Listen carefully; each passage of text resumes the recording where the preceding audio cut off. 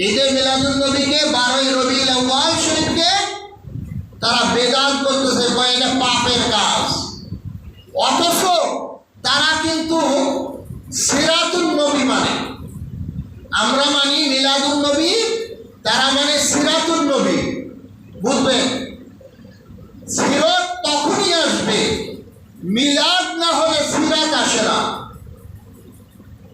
উদাহরণ কি, আপনার যদি জন্ম না হয় তাহলে আপনার চেহারা কি দেখা যাবে? আপনার আমল আকীদাগুলি কি দেখা যাবে? আপনার আচার ব্যবহার বোঝা যাবে? বোঝা যাবে না। তাহলে আমার যদি মিলাদ হলো, মিলাদ শব্দের অর্থ হলো নবীজি যে জন্মগ্রহণ করছে, জমিনে যে তাশরীফ আনছেন, এই শব্দটাকে বলা হয় মিলাদ। মিলাদুন নবী, নবী জন্মগ্রহণ করছেন, জমিনে তাশরীফ আনছেন। তাহলে নবী ছাড়া আপনি সিরাতুন নবী মানতেছেন।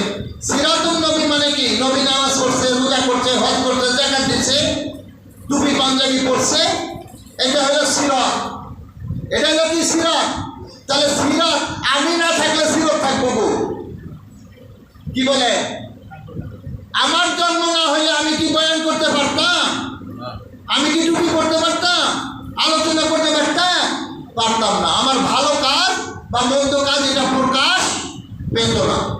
আর যখনই আমি জন্মগ্রহণ করেছি তখন থেকে আমার ভালো এবং মন্দ জিনিসগুলি প্রকাশ পাচ্ছে। এটারই নাম হলো সিরাত। এটাই হলো সিরাত। তাই এরা সিরাত মানে, কিন্তু নবীর জন্ম মানে না, খুশি মানে না। নবীকে পাওয়ার কারণে আল্লাহ পাক বলতেছেন, তোমরা নবীকে পাওয়ার কারণে তোমরা খুশি প্রকাশ করবে। তাহলে আমাদের নবী জন্মগ্রহণ করেছেন, আমরা বেজার হব না খুশি হব?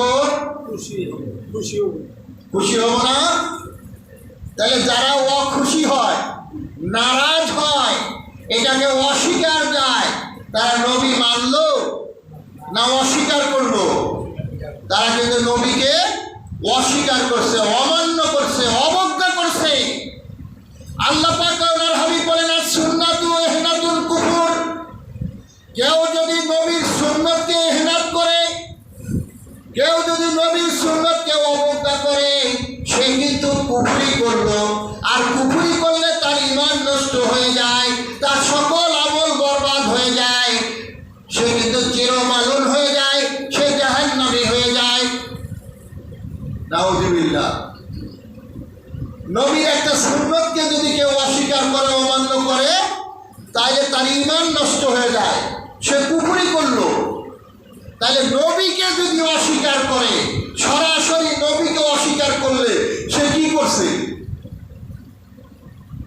কুফরির থেকে তো বড় কুফরি করছে, শিরকের থেকে তো বড় শিরক করছে, বিদআতের থেকে বড় বিদআত সে করছে, তার ঈমানই নষ্ট হয়ে গেছে। শ্রোতা, সেটাই আল্লাহ পাক বলেন।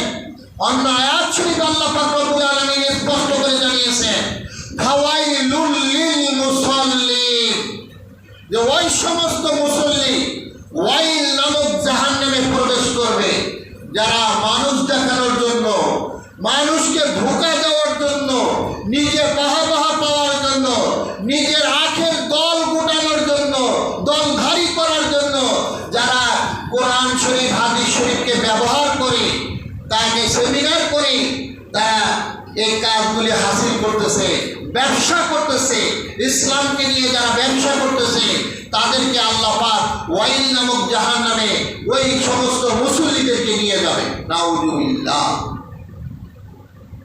অস্বীকার করার মতন কারো ক্ষমতা নাই।